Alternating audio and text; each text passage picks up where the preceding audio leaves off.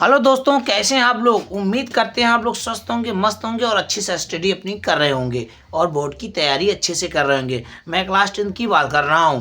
Class 10 में आज हम आपको वृत्तों से संबंधित क्षेत्रफल को पढ़ाने से पहले उसका थोड़ा सा आपको उसका जो इंट्रोडक्शन होता है उसको समझाने का प्रयास करेंगे। बहुत अच्छे से समझना। अगर आप इसको समझेंगे तो जब आगे आप पढ़ेंगे 12.1 क्लास 10 का जो है वृत्तों से संबंधित क्षेत्रफल, उसको बहुत अच्छे से समझ में मदद करेगा ये। ठीक है, कहने का अर्थ है वीडियो पसंद आएगा लाइक करना, शेयर करना, चैनल को जरूर सब्सक्राइब कर लेना। ओके, ठीक है, तो चलो फ्रेंड्स शुरू करते हैं और आपको समझाने का प्रयास करते हैं। ठीक है, तो फ्रेंड्स ये देखो ये वृत्त है। ये क्या है? इसको बोलते हैं वृत्त। अब वृत्त में फ्रेंड्स याद रखना, ये क्या होती है? परिधि है। जैसे उदाहरण तो जैसे मैंने आयत ले लिया, तो आयत, ये आयत है। आयत में ए बी सी डी। आयत में क्या करते हो? जब परिमाप निकालते हो तो सभी भुजाओं, जैसे 5 है, ये 4 है, ये 5 है, ये 4 है। आयत के आमने सामने की भुजाएं बराबर होती हैं, आप ये जानते हो। ठीक है, तो परिमाप जब निकालते हो तो सबको जोड़ देते हो। याद रखना, परिमाप में आप सबको जोड़ देते हो, परिमाप निकल आता है। ठीक है, तो 5 5 10 4 14 4 18 इसका परिमाप हो जाएगा। लेकिन अगर कहे वृत्त का परिमाप, तो वृत्त का जो परिमाप होता है ना, याद रखना, अगर यही काट दो, ऐसे काट दो, यही काट के इसको तान लो, सीधा कर लो, नाप लो, तो वही चीज हो जाता है। ठीक है, वही चीज हो जाता है कि परिमाप ही परिधि है। ठीक है, कहने का अर्थ मेरा यह है कि जो वृत्त की परिधि है, वृत्त की जो परिधि होती है वो किसके बराबर होती है? वृत्त की परिधि बराबर होती है वृत्त के परिमाप के बराबर। वृत्त के परिमाप के बराबर, ये चीज याद रखना। बहुत सारे बच्चे इसमें कंफ्यूजन खा जाते हैं। कंफ्यूजन आपको नहीं खाना है।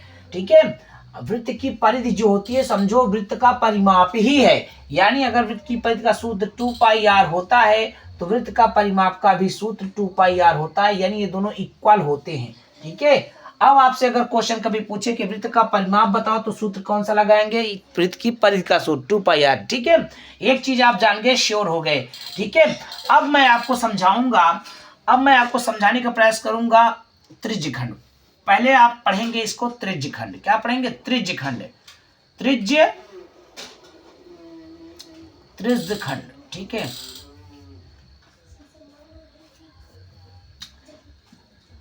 त्रिज्यखंड पढ़ेंगे। तो फ्रेंड्स याद रखना, एक सेब है, मान लो ये सेब है, इसमें से ये सेंटर है, इसमें से ऐसे काट लो। ठीक है, अब ये जो पार्ट कटा, यही त्रिज्या है, त्रिज्यखंड। कहने का भाव ये है, कहने का अर्थ मेरा ये है, आप समझिए कि जो त्रिज्या के हवाले से कट जाए, यानी त्रिज्या की मदद से जो पार्ट कटे, जो भाग कटे, वो त्रिज्यखंड है। ठीक है, ओके। कहने का अर्थ ये है, जैसे मान लो ये वृत्त है, ठीक है, और ये त्रिज्या, आप जानते हो त्रिज्या व्यास की आधी होती है। व्यास क्या है आप जानते हो? डायामीटर। व्यास को डी से व्यक्त करते हैं, डी से होता है डायामीटर। ठीक है, जैसे मान लो, अभी मैं आपको फिर बता रहा हूं, देखो जैसे वृत्त है, ये ध्यान से देखना, डायामीटर एक केंद्र है। डायामीटर यानी व्यास जो होता है ना, वो केंद्र से, इससे होकर, इस बिंदु से होकर के, केंद्र से होकर के उस वहां परिधि तक जाती है, यानी व्यास जो होता है। और एक चीज आप जानते हो फ्रेंड्स, आप ये जानते हो कि आर क्या होता है? आधा होता है, यानी 2 आर मिलते हैं तब जाके एक डी का निर्माण होता है, यानी आर प्लस आर, तो डी बनता है, डी यानी व्यास। क्या बनता है? व्यास। ठीक है, तब व्यास बनता है 2r, यानी 2 आर मिलेंगे, 2 आर जोड़ोगे तब जाके पूरा क्या बनता है? व्यास, डी। ठीक है, अब इसके समझने वाली बात थोड़ा सा और है। ठीक है, बहुत अच्छे समझा देंगे, आज के बाद वृत्त का तामझाम खत्म हो जाएगा। दोस्तों एक चीज याद रखना, जो व्यास होता है ना, एक तरह की जीवा है। व्यास वृत्त की सबसे बड़ी जीवा है। व्यास जो है ना, वृत्त की सबसे बड़ी जीवा है, सबसे बड़ी जीवा है, जो केंद्र से होकर गुजरता है, जो केंद्र से, जो केंद्र से जो वृत्त के केंद्र से गुजरता है। ठीक है, यानी कहने का अर्थ ये है, भाव समझना दोस्तों, मेरा जो कहने का भाव ये है कि वो सेंटर से ही गुजरेगा, व्यास सेंटर से गुजरेगा और जीवा कहलाता है। उसको व्यास भी नाम देते हैं, बट वो एक तरह से जीवा होती है। अब त्रिज्यखंड पे आ गई है बात, तो त्रिज्यखंड समझो। त्रिज्य के सहारे से कट गया, तो यानी जो पार्ट AOB हुआ, AOB क्या है आपका? त्रिज्यखंड है। क्या है फ्रेंड्स? ये त्रिज्यखंड है, त्रिज्यखंड। और एक चीज देखना, इसमें 2 खंड हो गया है। समझने वाली बात ये है, इसमें 2 खंड हुआ है। एक तो ये बड़ा वाला, बड़े वाले को थोड़ा सा मैं आपको नीले से दिखाने का प्रयास करूंगा, थोड़ा सा देख के समझो। एक तो ये जो बड़ा वाला, ये देखो यहां से लेके जो यहां तक है, ये बड़ा वाला, ये बड़ा वाला क्या है? ये दीर्घ त्रिज्यखंड है। ये क्या है? ये मैं यहां लिख देता हूं, ये दीर्घ त्रिज्यखंड है, दीर्घ त्रिज्यखंड है। ये दीर्घ त्रिज्यखंड है। और ये क्या है? लघु है, छोटा, लघु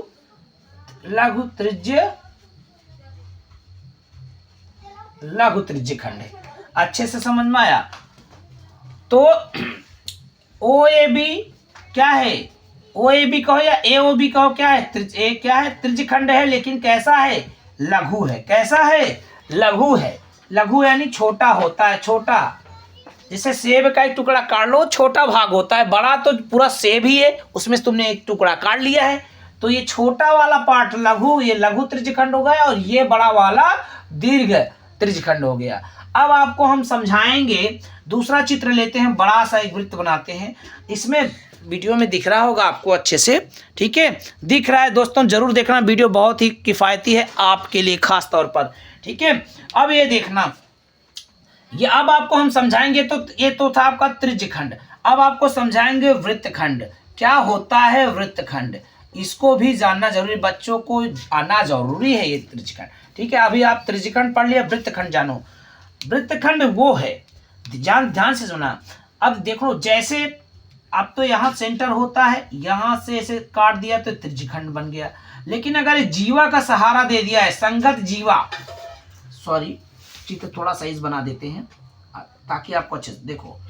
अगर एक संगत जीवा से त्रिज्या को जोड़ दिया जाए, ठीक है, ये O है, ये A है, ये B है। अगर त्रिज्या को एक संगत जीवा से जोड़ दिया जाए तो वो क्या होता है? वृत्त को 2 भागों में बांट देता है। वहीं से बनता है आपका वृत्तखंड। एक लघु वृत्तखंड बनता है और एक दीर्घ वृत्तखंड बनता है। तो लघु कहां से बना उसको देखो। अब हमारी यहाँ पर जो जीवा है, ध्यान से देखना, जो हमारी जीवा है वो क्या है? AB है। AB, अब AB ने ही तो सारा काम कर दिया। अब यहाँ देखना ध्यान से, ये जो AB है, यहाँ से एक बनता है, उसको मैं रंगूंगा। ये इस वाला पार्ट, ये वाला जो छोटा सा ये दिख रहा होगा, ये वाला, इसको बोलेंगे, अगर नाम दिया है तो ये छोटा हो जाएगा। अगर यहाँ और यहाँ P रख दें तो P अगर यहाँ लिख देते हैं तो APB, ठीक है, APB लघु वृत्तखंड है। APB ये क्या है? लघु वृत्तखंड है, लघु वृत्तखंड है। ठीक है, और बड़ा वाला क्या है?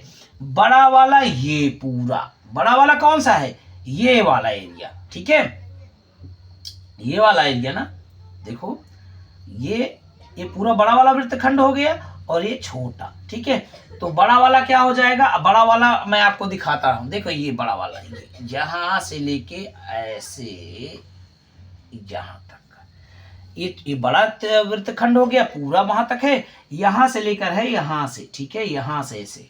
ठीक है, उसमें ना ये जो है ना त्रिभुज, उसमें इंक्लूड हो रहा है। अब फ्रेंड बात आती है, अब आप जान गए ये दीर्घ हो गया, ये दीर्घ है, ये लिख देते हैं दीर्घ वृत्तखंड, दीर्घ वृत्तखंड। और ये आपका है, मैं यहाँ एरो देता हूँ, ये यहाँ से, ये आपका लघु वृत्तखंड, लघु वृत्तखंड। अब आप अच्छे से समझ जाएंगे, वीडियो में दिख रहा होगा अच्छे से। ठीक है, बहुत अच्छे से आपको समझ में आ रहा है। ठीक है, अब फ्रेंड्स देखने वाली बात ये है, अब आगे जब आप क्वेश्चन को सॉल्व करोगे तो इसी में समझना है।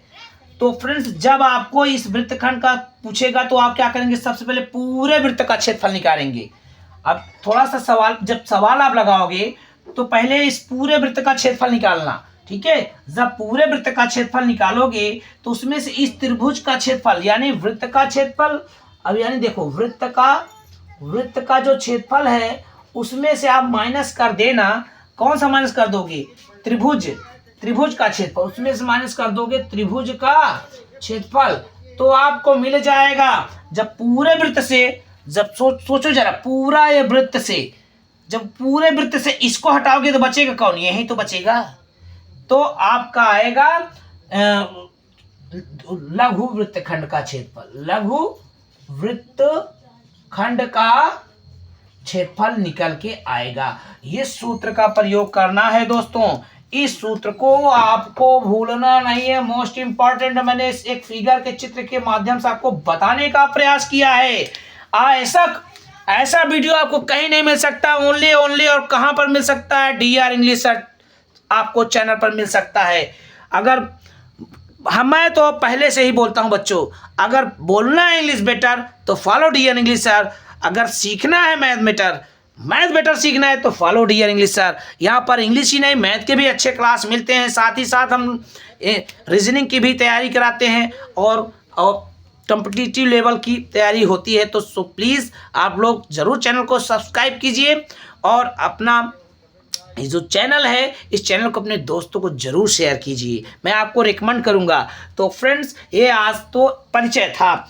आप वृत्तों के क्षेत्रफल में पहुंचने से पहले ये क्या था, ये परिचय का वीडियो था। ये क्या था, परिचय का वीडियो था, केवल इंट्रोड्यूस कराया है मैंने इस चैप्टर से कि ये सब चीज़ें उसमें मिलेंगी। तो फ्रेंड्स, बहुत सारे बच्चे घबराते हैं, बट घबराने की ज़रूरत नहीं है। अगर वीडियो नहीं समझ में आ रहा है तो रुक के समझना कि डी किसे कहते हैं। डी यानी डी इंग्लिश शब्द है, डी से बनता है डायामीटर, को व्यास बोलते हैं, जो 2 आर मिल के बनता है। ये मतलब एक कोना से एक कोना मिलाते हैं तो उसमें एक केंद्र से एक आर इधर, तब बनता है डी। तब क्या बनता है, डी, यानी 2 आर मिलता है तब व्यास बनता है। और व्यास क्या होती है, सबसे बड़ी जीवा होती है जो केंद्र से गुजरती है। तो व्यास भी एक जीवा है। ये नहीं कि किनारे से खींच दो, ऐसे किनारे से ऐसे जैसे वृत्त है और किनारे से खींच दो, ये जीवा, ये तो जीवा है, लेकिन जो केंद्र से गुजर रही है व्यास भी एक तरह की जीवा है। समझ में बात आई?